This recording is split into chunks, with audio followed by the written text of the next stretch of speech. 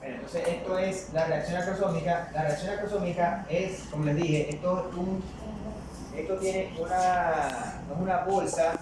Como ven aquí, esto es la membrana plasmática es doble. Entonces, dentro de esa doble membrana hay enzimas globulíneas. Entonces, ¿cuál sería el papel de estas enzimas? De despejar el camino del espermatozoide para contactar al óvulo, al ovocito. Entonces, él requiere de esas enzimas porque el óvulo está protegido, tiene una alta protección y no va a permitir el paso del espermatozoide de nada. Y entre ese nada está el espermatozoide. Entonces, él necesita esa protección, esas enzimas, él las suelta hacia adelante y esas enzimas le van abriendo camino, rompiendo las proteínas, toda la fibra, todo lo que está ahí, y abriéndole camino al espermatozoide. Entonces, bueno, la reacción acrosómica, ¿dónde debe ocurrir? Lo más cerca que se tenga del óvulo. Porque si la hace muy lejos, se pierde las enzimas, cuando llega al óvulo, entonces no va a poder entrar. La reacción acrosómica tiene que ser ya justo llegando al óvulo, para que se le despeje el camino para llegar hasta el óvulo. Y el espermatozoide sabe cuando ya está cerca del óvulo. Muy buena pregunta. Porque el óvulo tampoco es inerte. O sea, todas las células que rodean al óvulo, que lo vamos a ver, mantienen una secreción de sustancias químicas que son quimiotáctiles. O sea, que producen señales que el espermatozoide detecta. O sea, eso es como la hormiga. La hormiga no sigue a la otra hormiga porque le está oliendo el culo a la otra hormiga. La hormiga sigue a la otra hormiga porque la hormiga de adelante deja un rastro químico y la hormiga de atrás va siguiendo el rastro químico y sigue el camino de hormiga. Bueno, más o menos el óvulo suelta sustancias señalizadoras que el espermatozoide detecta y son atrayentes. Eso se llama quimiotaxis. Quimiotaxis con X. ¿Y el óvulo puede seleccionar un espermatozoide en específico? O sea, Eso está muy debatido.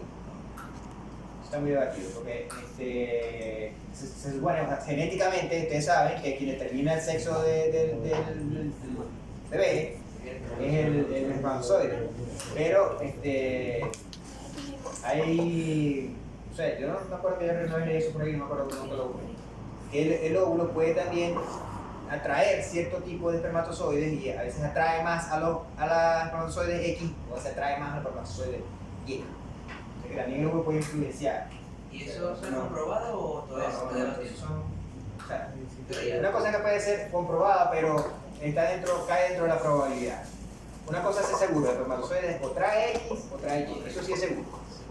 Eso no cambia. Mitad de la carga. Ahora, que el óvulo pueda... Hay mujeres que dicen, no, con él no me gusta si no con él. Así será su óvulo. Soy una mujer que tiene un bien feo, Dios mío.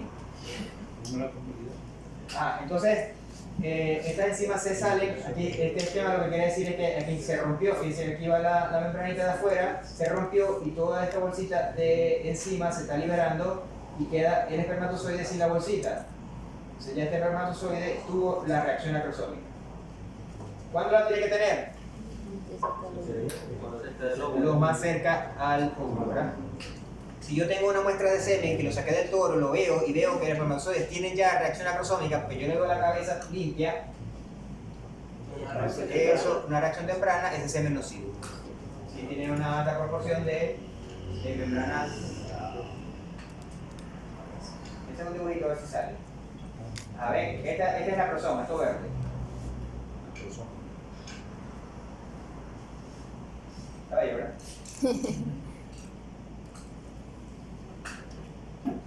Esto no sé qué.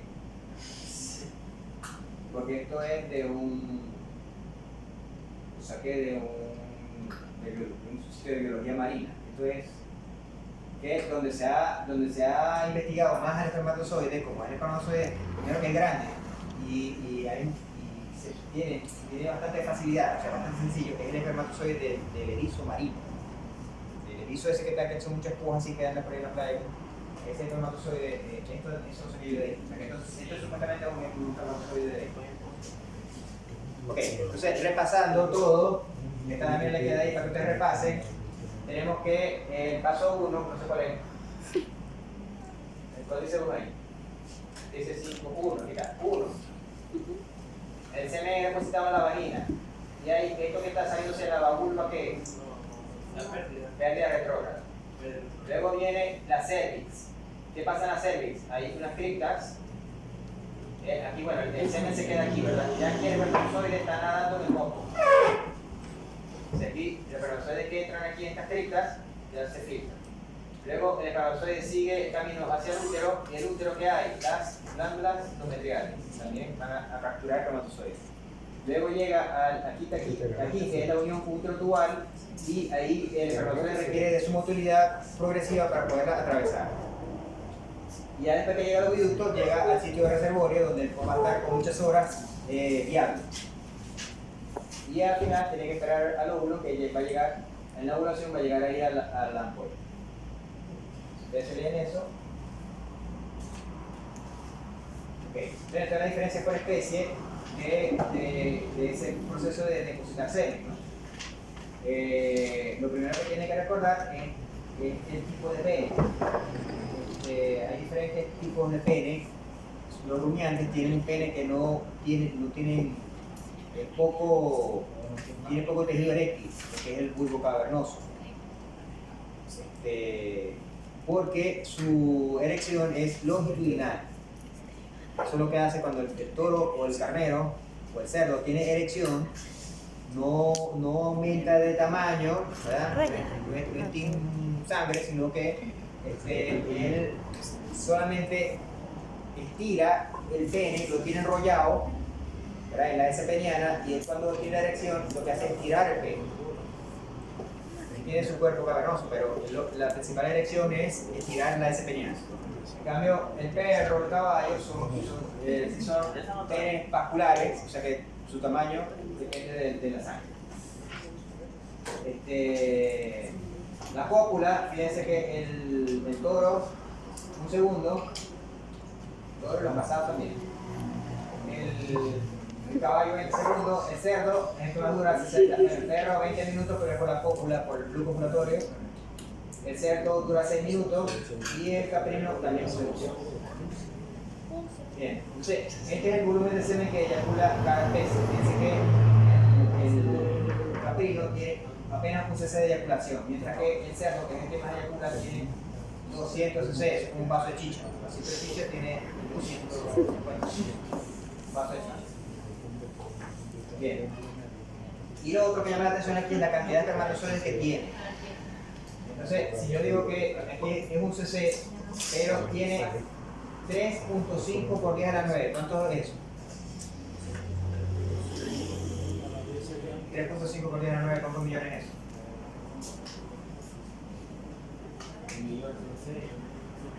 Ajá. 10 a la 6 es un millón. Mil millones. Ajá. 3.500 millones, 3.500 millones en un solo cc. 3.500 millones de espermatozoides en un solo cc. O sea que eso sí es una leche condensada. Le hacen semen de caprino y se mueve, parece melaza. De lo concentrado que es. Apenas 3.500 millones en un solo cc. En cambio, el cerdo, obviamente, es el que tiene menos. 150 millones por 10 a la 6. Pero ¿qué compensa? El volumen que tiene. Entonces multiplicamos esto que es por M por CC, multiplicamos por 200, entonces termina siendo la especie que más tiene. El perro tiene 300, el perro el semen es picho como el del humano. El humano más o menos tiene esta concentración, 60, 50 millones, no sé cómo voy a quedar preñada con ese semen humano. Y las fracciones, se recuerdan que habíamos dicho que el semen del cerdo tiene una última fracción, que es la tapioca, un gen que tapa, pero el caballo también tiene eso.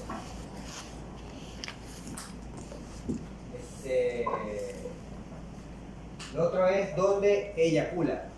Hay penes que tienen unas proyecciones, que hacen que la eyaculación de la uretra, que hacen que la eyaculación sea más profunda, ¿no? No sé si han escuchado el dicho que dice que huevo, caballo no es trompeta. ¿No han escuchado eso? ¿Qué clase de dichos escucha usted? El burro. Bueno, el caballo de burro. ¿De qué año son esas? Porque este es un pene de caballo, un glande de caballo, pero ahí está sin erección. En cambio, el glande de caballo, cuando una erección, tiene una forma como así. Y en el centro tiene un pitillo como así. Pues yo también, yo he hecho puras fotos así, pero cuando fui a España, le sacaban semen a los caballos para hacer inseminación y todo lo que hacían con el semen. Y cuando veo la vagina artificial del caballo, el de bovino, yo he visto la de bovino, que es así. La de caballo es una vaina así que tiene unas agarraderas que se ven tan grandes. Cuando veo que le meten al caballo y lo sacan, o sea, trompetota así. Se vean los dormidos. Entonces, en el centro de esa trompeta sí tiene una proyección, un pitillo, que es la proyección de la uretra. Entonces, es lo que hace que mete esa uretra dentro de la cervix. Por eso que el caballo puede llegar hasta el útero al eyacular. Porque mete esa trompetica, ese pitillo lo mete dentro de la cervix y eyacula dentro del útero. Entonces, ¿qué hace? Que el espermatozoide se salva de la parte inhóspita de la vagina. Porque los espermatozoides van directo al útero, no pasa por la vagina. ¿Y qué pasa con el semen? También va para el útero. O sea, ahí tiene que salir del semen dentro del útero. Y en el caprino, no sé si han visto aquí caprino también, cuando está orinando, el caprino, ¿está firmando todo? No, yo no. El caprino cuando está orinando, él saca el pene y saca el gusanito. ¿Tenés un lápiz Y hace con un gusanito, lo deja así. O sea, ese gusanito también es una proyección uretral, aquí no sé si lo ven, pero aquí está. Sale, termina el pene del caprino y eso que está aquí es la uretra. El gusanito que está aquí es la uretra. Entonces, cuando vuelvan a ver un caprino, que lo ven orinando, si por casualidad ven que sacan el pene para orinar, ustedes lo miran y ven que la orina sale por un gusanito que tiene en la piel. Es una proyección uretral. ¿Ya todo formado? El del cerdo tiene la característica de que la punta es enrollada como un tornillo, porque la cerviz de la cerda es como una tuerca. Entonces el cerdo también eyacula dentro del útero, o sea, en la cervix, porque el cerdo se enrosca en la cervix y eyacula ahí. Entonces no tiene también su semen, tampoco pasa por la vagina, él eyacula directamente ahí. Y todas estas especies que están aquí, si eyaculan en la vagina, estamos incluidos nosotros que eyaculan en la vagina o en el baño.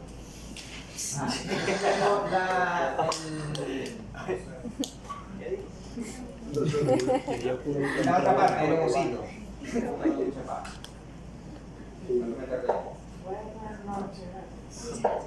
Uy, no. Entonces vamos para el otro lado, el ovocito. El ovocito, por el otro lado, tenemos el ovocito. El ovocito, como ustedes, se lo dijo el profesor Jorge en la clase de pubertad, la hembra nace con todos los ovocitos listos. Produce millones de espermatozoides todos los días hasta que se muere. En cambio, la hembra, cuando nace, ya tiene todos los ovocitos listos, no produce ni uno más. Todos los ovocitos están en una etapa de durmiente que se llama ovocito primordial. Entonces es el banco de ovocitos, están todos en forma primordial. Ellos cambian de primordial. Bueno, el ovocito está dentro de una estructura que se llama folículo. Lo hablamos en tiroides. Él no está solo, sino que está metido en un ovocito. El ovocito, todos los ovocitos no están solos, sino que está rodeado de unas células, como si fueran las niñeras. Todos los ovocitos no están solos, están incluidos dentro de un conglomerado de células. Entonces, cuando ese conglomerado de células son poquitas células, se le llama primordial. Y el ovocito está parado, no hace nada. Luego viene el proceso de activación. Cuando el ovocito se activa, pasa del estado primordial al estado primario, donde las células se hacen más grandes y ya el ovocito no se puede devolver. Esto va para allá, de retrocedernos. Se hará siempre retroceder. Entonces, el ovocito, cuando pasa del estado primordial a primario, ya no le queda más remedio que seguir creciendo. Ya no puede pasar. Entonces, esta estructura, el ovocito unido a sus células, es lo que se va a llamar folículo. ¿Qué es un folículo? Es ovárico, porque hay folículos en todos lados, como el de la tiroides. Entonces, ¿qué es un folículo ovárico? Es un ovocito rodeado de un conglomerado de células. Bien, ¿qué pasa? Que estas células siguen creciendo, las del conglomerado siguen creciendo y van a llegar un momento en que se van a empezar a separar porque producen un líquido y el líquido las separa entre sí. Entonces ese líquido llega tanto a haber tanto líquido que ahí, entonces el folículo se llena más de líquido que de células. Si vemos un folículo que ya cuando llega a este estado, ya hay más líquido que células, pero sigue estando cerrado. Entonces aquí vemos que esto que está aquí sería la célula, estas células aquí que ya crecieron mucho, hay muchas, se multiplicaron mucho, y esto de aquí que sería el ovocito. Así llega el momento del celo, y este ovocito tiene que salir de aquí con el proceso de ovulación. Entonces, cuando él ovula, él deja esta camita, sale de aquí con la ovulación y él se trae solamente las células que están aquí rodeando. Pero todo este resto de células él las deja en el ovario. Que solamente se lleva las células que lo están rodeando ahí. Entonces esas células que él sale, como este por aquí, él sale y se lleva estas células, esa célula se llama la corona radiada. Corona radiada, pero una red. Entonces, también se le dice cúmulos. Entonces, como esto se le dice cúmulos, esto se llama ovocito, esto se llama cúmulus, entonces a eso se le llama cebo. Entonces, pero después otra C de complejo. Se llama cebo, que es complejo cúmulus ovocito. Y así se le llama. O sea que uno habla del ovocito solo. El ovocito nunca está solo. El ovocito siempre está en su conglomerado, dentro de su conglomerado celular. No podemos decir ovocito. Bueno. Entonces, estas células también se encargan de que apenas él cambia de primario a primario, estas células empiezan a secretar una sustancia que rodean el ovocito, que es proteico, o sea, no son células, son proteínas. Entonces, el ovocito queda rodeado por una capa que es proteica y por fuera están las células. Ya no salió del folículo. No, se la empiezan a formar desde aquí. O sea, él se va formando aquí. Entonces, ¿qué pasa? Que esa barrera proteica, es impermeable a todo. No pasa ni agua, entonces no pasan virus, no pasan bacterias.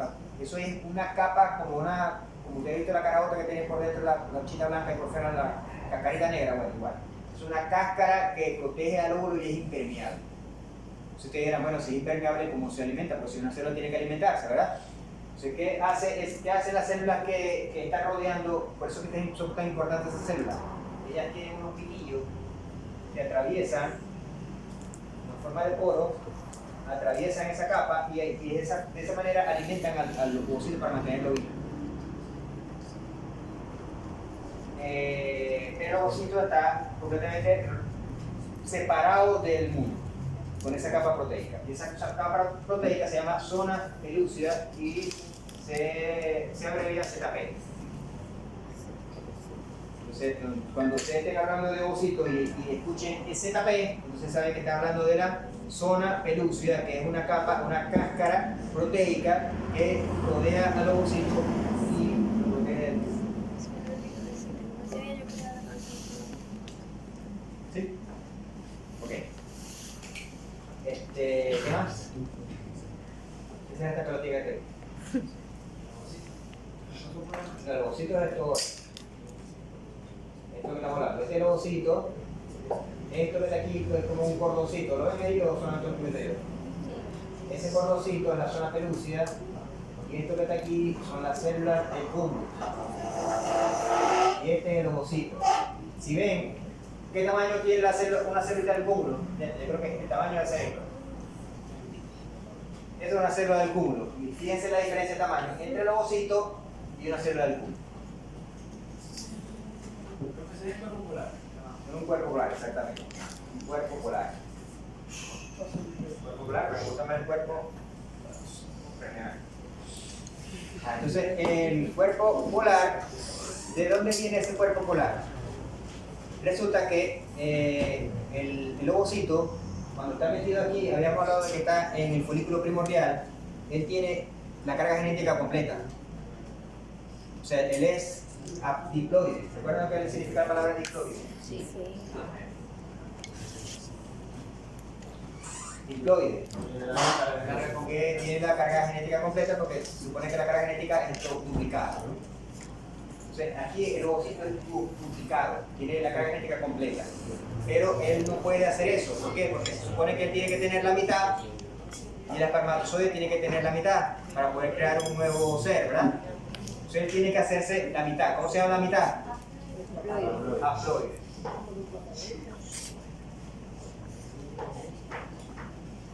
Haploide González. Entonces, ¿en qué momento él se hace haploide? En un proceso que se llama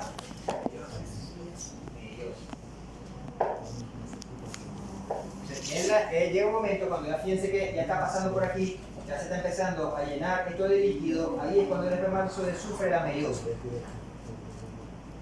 ¿Qué pasa con la meiosis? Él divide su genoma en dos, pero él no hace nada con darle la mitad, él no se va a dividir. O sea, cuando una célula se divide, le dan la mitad del citoplasma a cada célula, ¿sí? Cada célula hija, una mitosis. Pero él no va a hacer eso, él no va a producir una célula hija, él simplemente va a deshacerse de la mitad de la carga genética. Entonces, como no necesita citoplasma, él agarra y bota la carga genética y no le tira citoplasma. Eso es puro ADN. Eso es puro ADN. Entonces, ese cuerpo polar lo que es los cromosomas que desechó. Y él se queda con la mitad. Entonces, él se hace haploide. Cuando ustedes ven este ahorita aquí, ustedes saben que este ovocito ya se hizo haploide. Ya está haploide. Entonces, aquí está bien. Cuando está pasando a secundario, el ovocito empieza a formarse. Esto es señal también de que el ovocito ya está perdiendo la conexión con sus células. Porque quien lo mantiene diploide son las células que están alrededor. Lo mantienen, le hacen como una inhibición de la meiosis. Cuando él pierde esa inhibición, él se transforma en diploide. Eso quiere decir que ya las células de afuera ya están perdiendo control, y si está perdiendo control, lo está dejando de alimentar. Entonces, ya en este momento, ya el ovocito tiene los días contados. O fecunda o se va a morir, porque ya las células de afuera ya no lo están alimentando. Ahí es cuando llega haploide.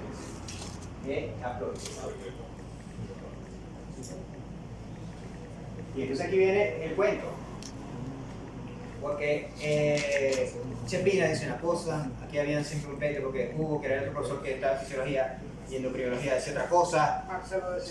Marcelo decía otra cosa. ¿Cuándo se llama óvulo? ¿O cuándo se llama ovocito? Entonces, decían no, que cuando sale del folículo en forma natural en una ovulación se llama óvulo. Pero si nosotros lo sacamos con una aguja, se llama ovocito. No, que es óvulo hasta cuando después que es fecundado se llama óvulo, pero antes, entonces para mí son sinónimos. Yo le puedo decir ovocito o le puedo decir óvulo, como le guste más decir. Pasa que óvulo viene de huevo. O sea, es como ovocito, viene como óvulo, viene como de una forma más popular de nombrarlo. Y ovocito es como una forma más científica, como más caché de decir ovocito. Pero a mí no tiene diferencia. Pero bueno, ustedes le preguntan a Gemini, ¿cómo se dice? ¿Óvulo o ovocito? Le va a dar un... Ok. Entonces, ¿cómo sale el ovocito? ¿Cómo sale de aquí? A través de la ovulación. Esto se rompe y él sale de ahí. ¿Hacia dónde va? Hacia el espacio que hay fuera del ovario. Y ese espacio que está fuera del ovario está cubierto por el oviducto. El oviducto tiene una proyección que se llama fimbria, que cubre todo el ovario de tal manera que tenga la mayor probabilidad de que capturar el ovocito y el ovocito no se caiga a la cavidad abdominal, que puede pasar. ¿La cavidad? Abdominal, la cavidad pelvis, porque esto está abierto. Esto está abierto. O sea, no hay nada físico que una el oviducto con el ovario, está puesto ahí. Entonces, si no captura completamente, el ovocito puede salir y se cae para la cavidad. Si el espermatozoide se cae también, sí. Puede fecundarse fuera. Esto ya lo dijimos. ¿Embarazo qué? ¿Embarazo qué dijimos? Embarazo ectópico. Ah, sí. Ectópico es que se produce fuera del lugar donde debe ser. Puede darse también en el oviducto, ¿ah? No común el embarazo ectópico, el oviducto. Que sea afuera, sí puede ocurrir, pero en medio. ¿Y cómo se llama esta clase? Esta clase. Ajá. Fisiología de la Pero ya dijimos que esto, el transporte del ovocito De lo la tiene más fácil. Porque el ovocito es más que tiene que ir del ovario hasta la ampolla ya. Ahí cerquita, no tiene tanto problema. Simplemente con un nivel alto de estrógeno, ahí el ovocito llega a la ampolla. Y como él no tiene flagelo, él tiene las células que están en el oviducto tienen unos cilios. ¿Recuerdan que son los cilios? Los cilios son, no es cilio gozar, son las células tienen unas proyecciones en la membrana plasmática que se mueven. Entonces, esos, al moverse van empujando el ojo. Y eso está lleno de líquido, o sea, el folículo bota el líquido. Y ese líquido, ¿te acuerdas que habíamos hablado de los quimiotaxis? Ese líquido está full de sustancias quimiotáxicas. Cuando el líquido folicular entra al oviducto, ese líquido es una alarma para que los espermatozoides se acerquen. Ok. Entonces, lo que estaba diciendo, cuando el óvulo saca su primer cuerpo polar, eso quiere decir que las células ya lo están dejando de contactar. Y las células son los que lo alimentan.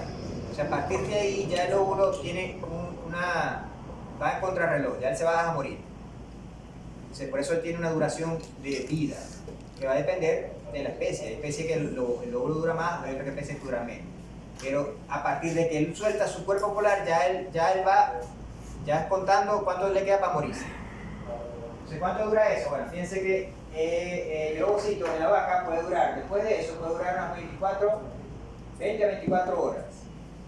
En la yegua, fíjense, dura muy poquito el ovocito, 6 a 8 horas, de que sale después de la ovulación.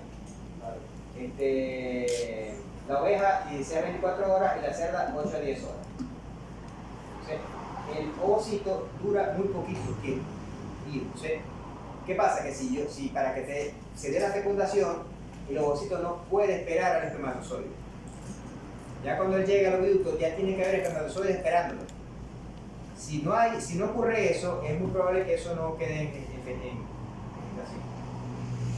Y los espermatozoides van a esperar en el oviducto, o sea que este tiempo viable dentro del oviducto. ¿Cuánto puede durar el oviducto, el espermatozoide del oviducto? En el toro, o sea, de la vaca, 30 a 48 horas, la yegua dura más. O sea ¿por qué? Porque tiene que compensar porque dura poquito el oviducto, el óvulo, entonces dura más el espermatozoide. La oveja 30 a 48 y la cerda 30 a 42. Como le dije, hay especies donde los espermatozoides dentro del oviducto duran meses. Los osos, los tigres. Eso dentro del oviducto duran meses los espermatozoides. Bueno, allí. Okay. Entonces, ya tenemos los dos gametos puestos en el oviducto. Ahora vamos a ver cómo ocurre la interacción entre ellos para que ocurra entonces el proceso de unión de esas dos células, de lo que vamos a llamar fecundación. Esto de aquí, esto es una rosería. De este lado.